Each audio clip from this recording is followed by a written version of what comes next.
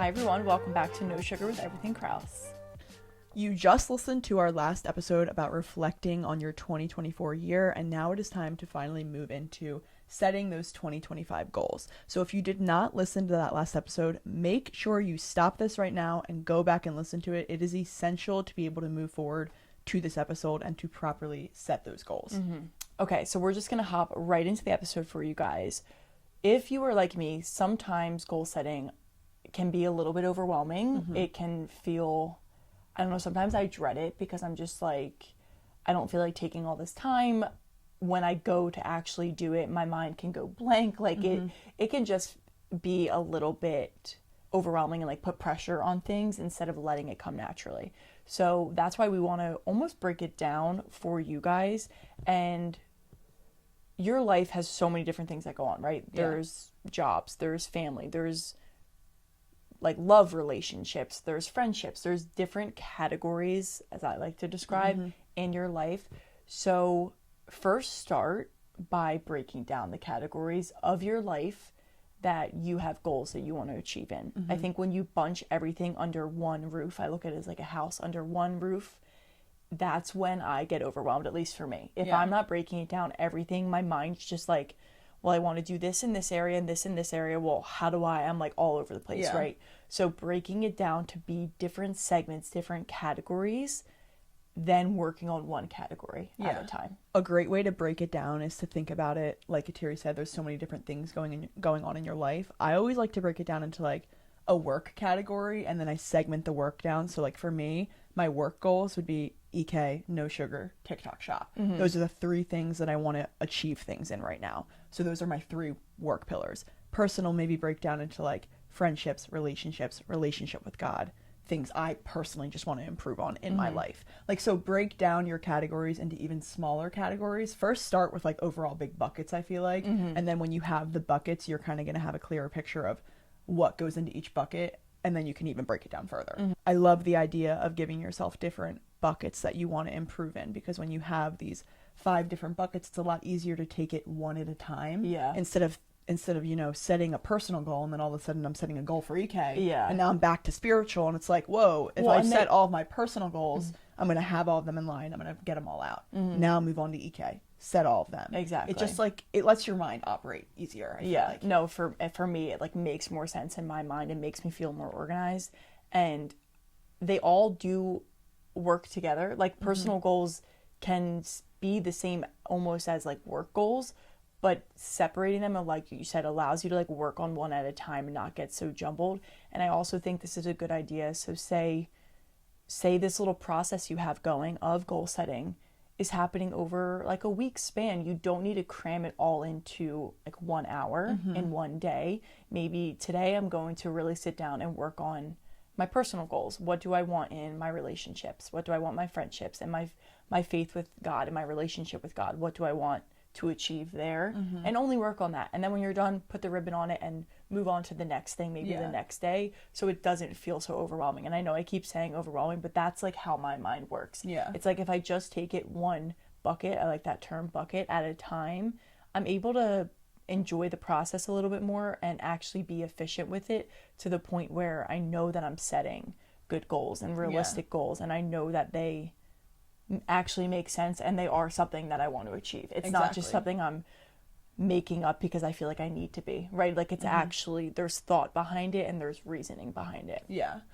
I also just want to say that if you're someone who really uses your new year to set goals for personal, a great way to break down your personal goals, like I just gave you a branch out of how you would break down work. Okay. For personal, I always like to say it's good to break it down into mental, physical, and spiritual. Those are normally the 3 buckets that I want to achieve things in when I'm thinking of my own personal goals. Mental, it's not only going to be like learning and getting better, it's going to be like, how can I also fix my mindset? How can I be a more positive person? So I just think that's a great way to segment the personal goals, because then it'll also branch out into more ideas in there. Exactly. And that's why I just want to put emphasis on our last episode, why the self-reflection is so important, because maybe you wouldn't even have realized that you do have mental goals you want to work on. Like there's things that I want to work on with my mental state, with my mindset and all of that. But if I've never took the time to reflect, like how would I even know about them? So that's why we keep saying that first part is essential, and not to like bring it back into this episode. But again, if you are still listening and haven't listened to that, I think it's a great way to set yourself up to even get yourself to this point that Isabel's talking about. Okay, so now that you really broke down the areas of your life that you want to improve in, the areas of your life that you are setting goals in, it's really time to set those goals. As I said, as Kateri said, we really think it's important to take it one bucket at a time. Otherwise, you're going to be throwing out a ton of different goals and may not have the most clear set goals now, right? Like, it's like what we said earlier. If you're not writing it down, you're keeping it all up here. If you're attacking all the buckets at once, you're not getting all of them out, right? You're going to be flustered trying to remember all of them. So take it one bucket at a time. So when it comes time with you writing down your goals, one, emphasis on the writing down. I think writing down is the most important in this specific situation, because you need to be able to see and be able to reference it throughout the year, right? Like, you're setting these goals for an entire year. That's a long time. So if you don't have something you can quickly reference or go back and read up on when it's June or July and you're halfway through the year, it's like you need a reminder a little bit. So I think it is really important to write down here. Yeah, I don't think voice memo would be as effective here. Voice memo is really good for reflection and sharing thoughts, but not when you're trying to achieve something and you have like a metric that you want to reach. I also think the visual aspect of it makes it a little bit more real as well. At least for me, when I see something, it's something I'm like, oh shit, I better do that, because like I have that written down. Like, I don't want to disappoint my future self. I don't want to disappoint who I'm going to be going into 2026. So it's just important to take note of that. And then when you're writing down your goals, it can be really easy to get kind of caught up into all these big picture things, or just like writing rampantly, right? Like, maybe you have a lot on your mind, so you're just like writing a bunch of things down. If you don't actually know how you're going to get to a goal, it's when you go back to reference this goal list, it's going to be like, well, what the fuck? How do I get there? How am I going to get all of this done? And it's just the way life goes. When you feel like you have so much in front of you, you actually end up doing like none of it, because there's so much coming at you. So be able to, and now listen, it doesn't have to be a laundry list of things under each goal, but be able to break down each goal into actionable steps. Maybe of like, I want to grow to 10,000 followers on Instagram. How can you do that? What are 3 things that can help get you there? Post consistently every single day at 3 p.m. Okay, that's a great action step. It's specific. You know when you're going to do it and how you're going to get there. What's another thing you can do? Outreach. I want to reach out to 3 creators a week. Okay, and then like write down another one. It just allows you to be like, how can I get to this goal? And then it breaks down the goal. So it's almost like a checklist. So it's a way to hold yourself accountable in achieving that goal. Well, I think this is actually where people make a lot of mistakes when they set goals, is right. Exactly what you said. They set the goal. They look at the big picture. Okay, I want to get to 10K followers this year. They go back and look at that goal and they don't know how to do it. I almost think it's essential for every goal that you set, there should be a list under it. Like every goal you set, you need to write a list of how you can achieve that goal. So you know the actionable steps that you are taking that year. And like Kateri said, it doesn't need to be a laundry list of items, because you probably will build on it. You'll realize that if you give yourself the actionable steps, you're gonna do the actions, and then when you have no more action to take, you're gonna have it's gonna spark idea for more action that you have to take. So that list will get longer. You can iterate on the steps to be taken to get to the goal as you grow closer to it. But it's really important to have the actionable steps, otherwise you're not gonna know where to go. When you don't tell yourself what to do and you look at that big picture, you look at the end result, it creates more inaction.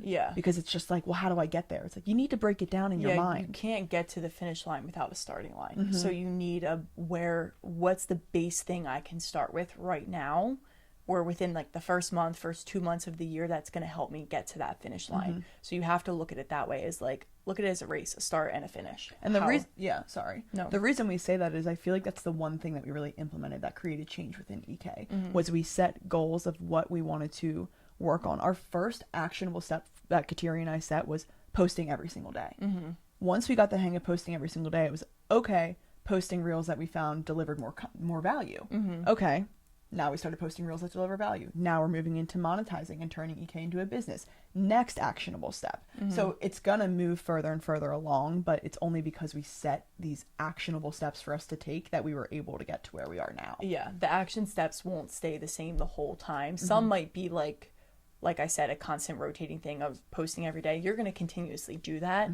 But like you said, it'll make you think of other things that you can do that'll add on to the list. Yeah. So it just kind of helps to break it down in a way that is easily digestible. I think that's the most important part of this, is making it feel like you can actually get to where you need to be. An example of this is, and at this point it's already announced, but I came up with a Pilates program, a strength Pilates program that I was launching and that I am launching in January. Woo! And when I first thought that I wanted to do this, I was super overwhelmed by all of the possibilities and all the things that I didn't even know needed to get done, right? And I was like, okay, how am I actually going to get to that point of launching a program? Like, there's things that need to happen, right? I wrote down a pretty detailed list of everything that I thought I would need to figure out before I got to the launch date.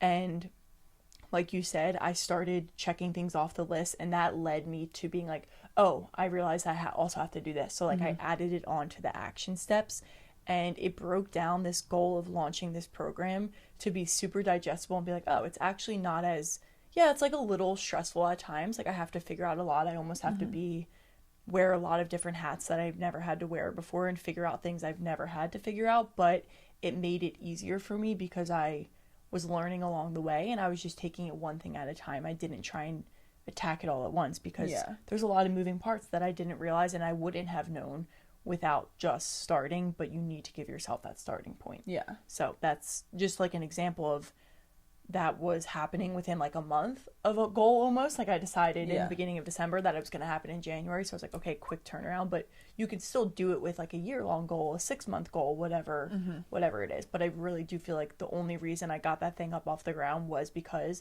I broke it down to the point where I wasn't overwhelmed by each thing I wrote down. It seemed really simple. I was like, that's easy.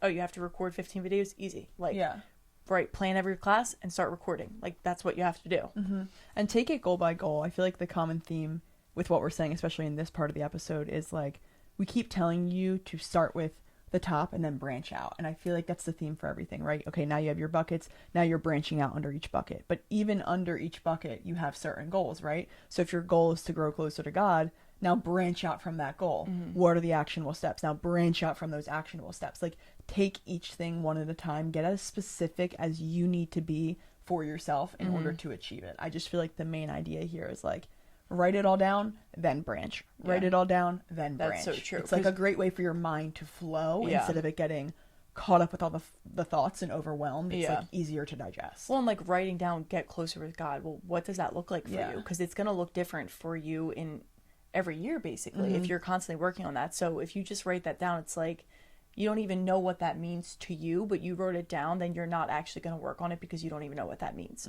So it's a good way to kind of open your mind to be like a little more clear-minded on that and actually allow yourself to take steps to work on it. So by the end of next year, you actually have achieved some of your goals, and it's not another year and nothing was done. You didn't really achieve any of the things you wrote down because they were very vague.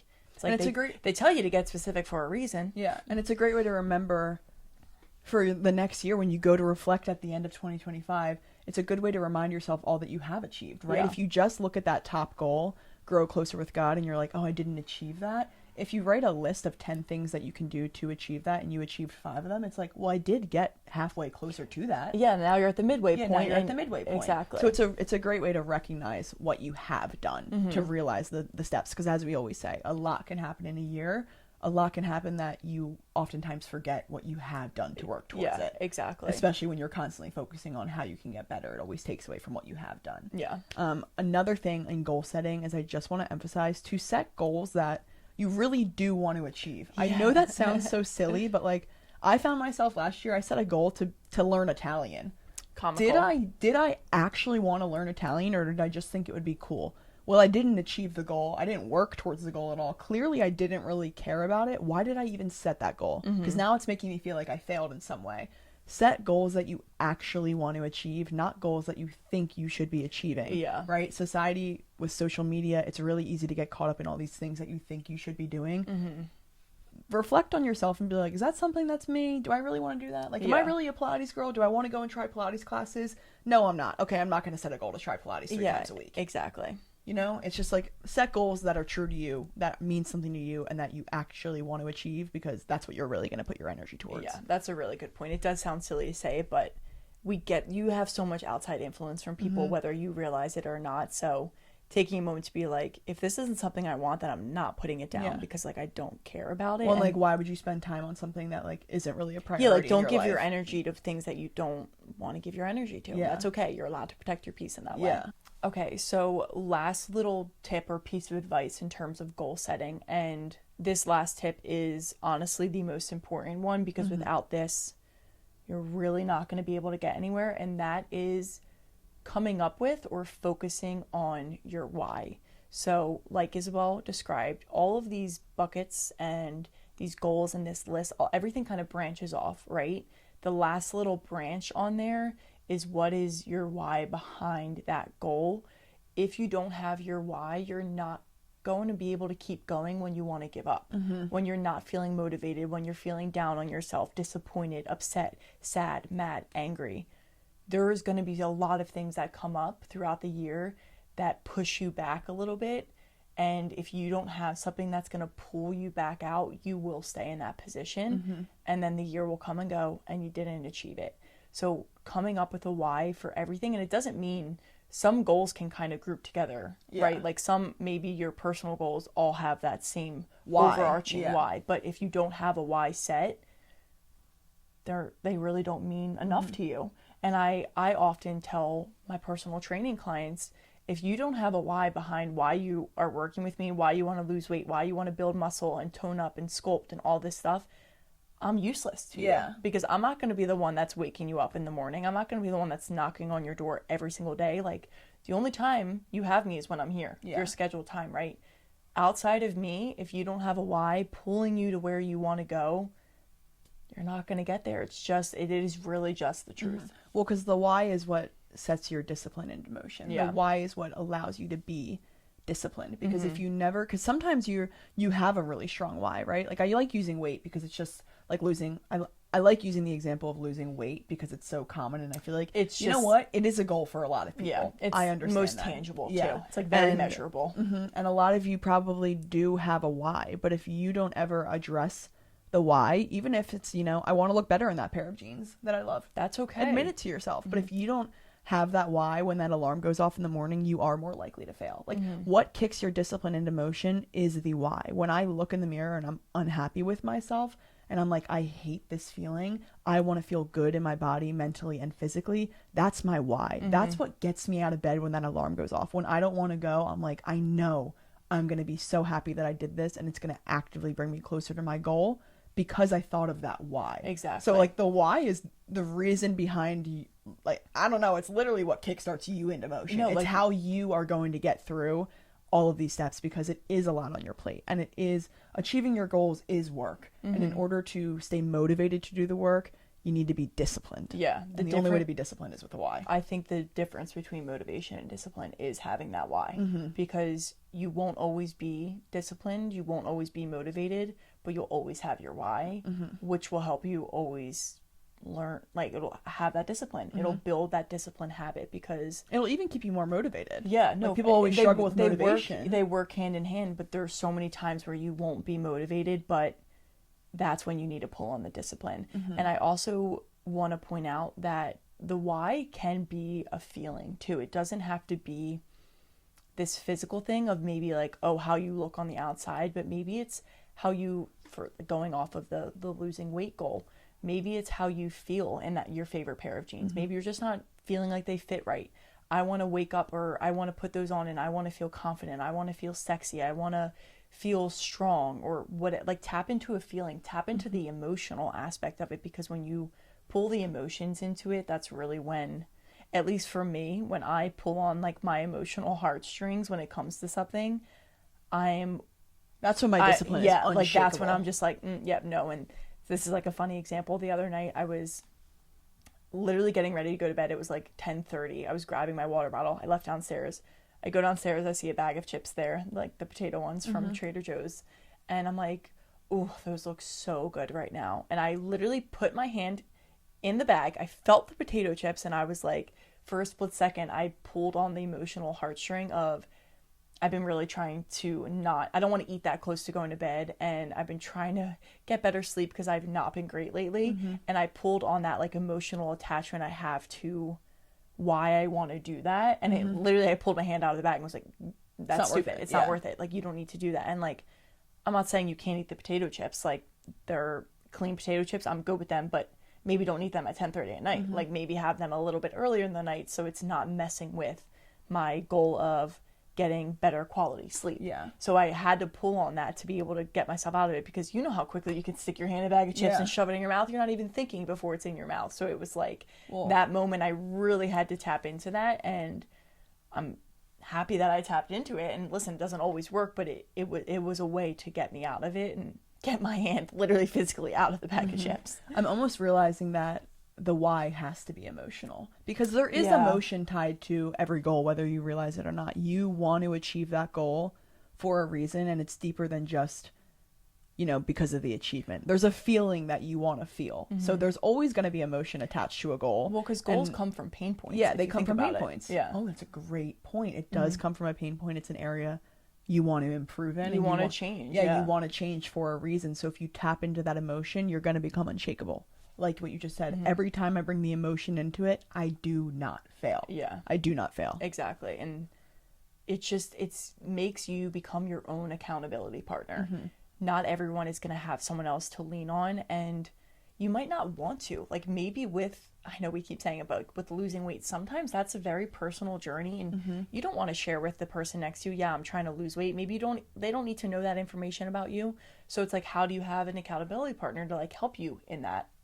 You can be your own accountability person in those moments with that emotional why, with recognizing what that is and using it to really be like your best friend in those moments. Yeah.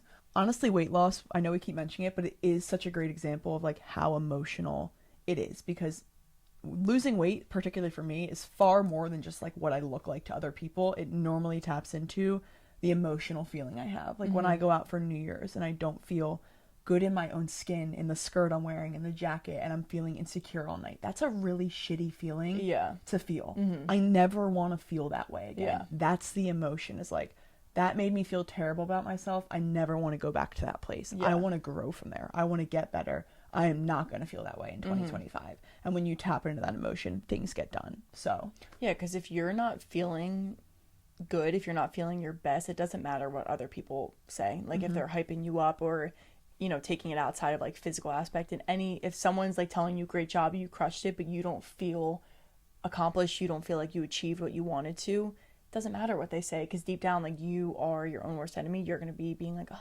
I don't feel great. Like this isn't how I wanted it to happen. I don't care if that person says I look beautiful, because I don't feel that way. And like it matters what's going on in your mind more than what the outside world is. So yeah. Also, having a why is a great way to weed out the goals that aren't really that important to you or that you don't want to achieve. Like we just said 15 minutes ago, is that sometimes you set goals that you think you need to achieve, but like you really don't want to achieve them. Like my Italian goal, I really didn't want to do that. If I were setting that goal of speaking Italian and I set the why for it, I would realize that I really don't have a strong why. That's a good I point. can't think of a why. I can't attach emotion to it. I probably don't really care about it that much, and that means I'm setting myself up for failure. So when you realize the why and the emotion, you realize what goals actually matter to you, and it's a great way to like get rid of the goals that aren't really something that you want to do. Yeah, and that are just like crowding headspace. That's a great point, because it's so true. If you don't have a why, it's probably not important. It's definitely not important. So that's just funny. We just gave you the secret sauce. You don't understand. So I know it feels like we've thrown a lot at you, because this is our second recording. So I feel like to us all of this happened in 1 hour, but to you guys it's spanned across 1 week. So we hope this is a little better. But this truly, like, everything that we're saying is coming from a place of like full-on belief. Like this is what we truly believe will help set up your year for success, and is when I even took a moment to remind ourselves, everything we're saying, this isn't just for our listeners. Like this is for us to go back and listen to. When this episode launches and when it's out, like, okay, let's listen to it again. If we need those reminders, because I'm going away the first week of January, we will have this idea, we want to set like a goal setting hour for ourselves, for the business, for all of that stuff.